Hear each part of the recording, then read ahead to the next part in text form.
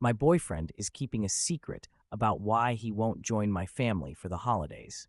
My family is a bit quirky in that they plan trips far in advance to get a good deal on a rental house. I will be gone for 7 to 8 months.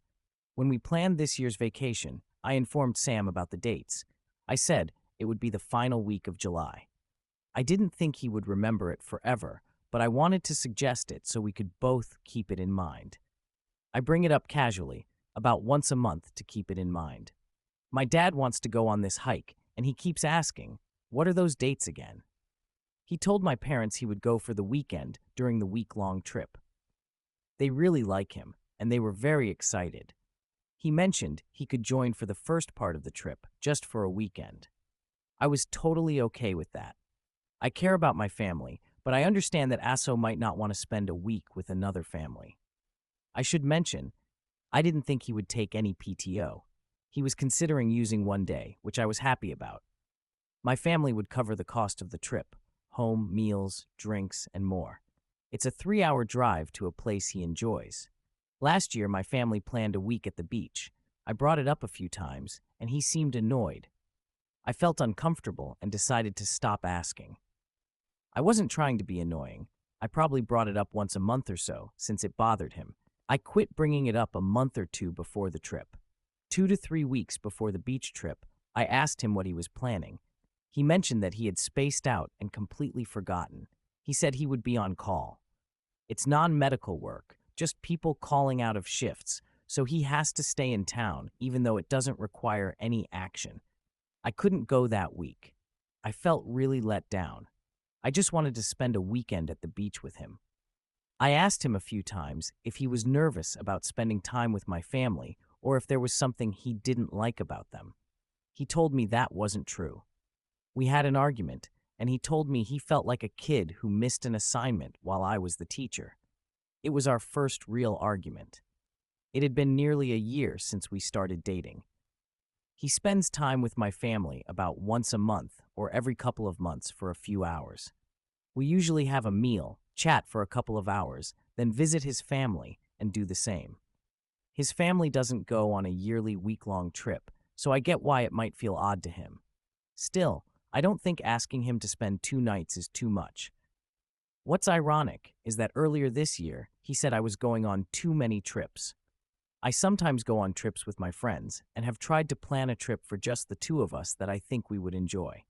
He enjoys camping, so we planned a trip to a nearby city that interests us both. When he mentioned this, I replied, "I'll try to reduce the number of trips, but I don't want you to feel obligated to join every time. I want you to be at ease. I really want you to join me and my family for a weekend in the mountains this year." He might not remember I mentioned this, but it really stands out to me. I gave him plenty of notice and explained how important it was to me. He told my parents and my grandma, who really cares about him, that he would come for the weekend. Last week, I asked him about his schedule for July, just under 3 weeks before the trip. He tells me that he will be on call all week and can't come. He can still make it to the other trip happening that month to party at a friend's place, plans that were set up weeks ago. I felt really let down. He informed his job that the only weekend he couldn't be on call was the party house weekend. He didn't even try to find out when my family trip was.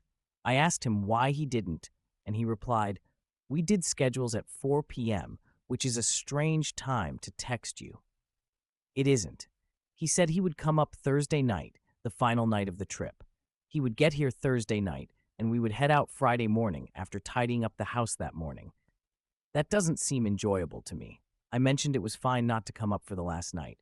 Honestly, I don't want him to show up anymore. He didn't suggest anything else, so it's clear he doesn't want to come. We planned to move in together, but then this happened along with a few other things. I told him a few days ago that I can't move in. There are a lot of worries. He was upset but claimed to understand. Another issue I have is that he isn't very verbal. He doesn't want to talk on the phone or text much.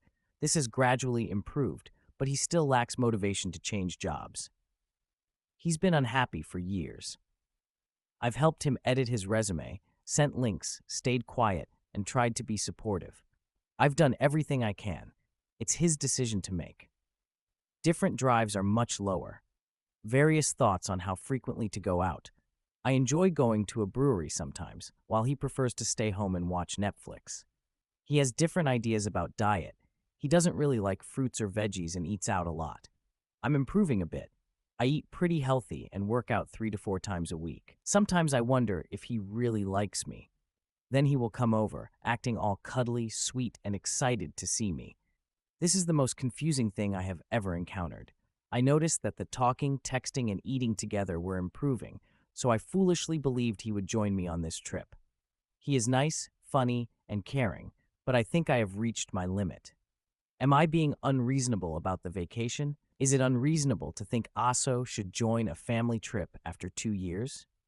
Update: I'm a 27-year-old female, and I've been with my boyfriend, who is 29, for 2 years. He always says he will go on family trips with me, but then he cancels at the last minute. He refuses to explain why. It's been 3 weeks, and a lot has gone down. Thanks to everyone who read and replied. I talked to him the day after I posted that, and I ended things. He felt crushed. I was completely blindsided. I had suggested we hold off on moving in together, and we had talked about my unhappiness. I didn't cry. I wasn't really that upset. I realized I was moving on from the relationship gradually and had understood for some time that it wasn't right for me. I talked about the trip situation, the different sex drives, and a few other reasons. He wanted to know if there was anything he could say or do, and I told him no.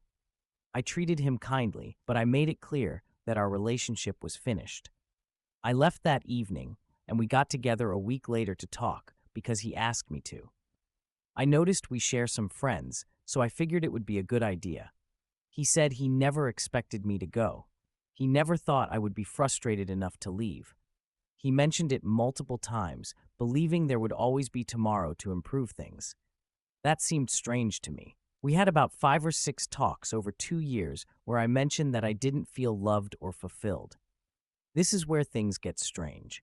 He explained that he avoided hanging out 2 nights in a row and preferred doing his own thing.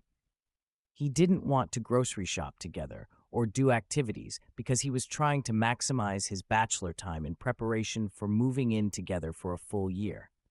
I inquired if this was a deliberate choice, and he confirmed it was. That really surprises me. I asked him if he thought that making the relationship weaker was a good reason for me to want to move in with him. He replied, "When you put it that way, no, I'm confused. I'm not sure if I should trust that explanation, but it doesn't really matter anyway." It confirmed that I chose wisely. I have never doubted this at all. Now he's being all talkative and trying to show he cares, but I told him we shouldn't talk anymore. Nothing he does will change my mind. I explained to him that trying hard after a breakup feels empty to me, and I don't want to build a relationship on that kind of foundation. The things people do after a breakup usually just help them cope with the pain. They aren't genuine changes. If he wanted to spend more time with me or start something physical, he would have done it after all our talks. Also, the issue with low sex drive. It turns out he has a pornography addiction. He was dishonest about it the whole time. I had no idea since we didn't spend much time together for me to figure it out.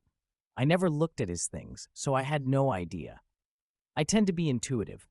I believed him when he said he wasn't doing anything while I was away on my 7-day trip, even though he kept turning me down.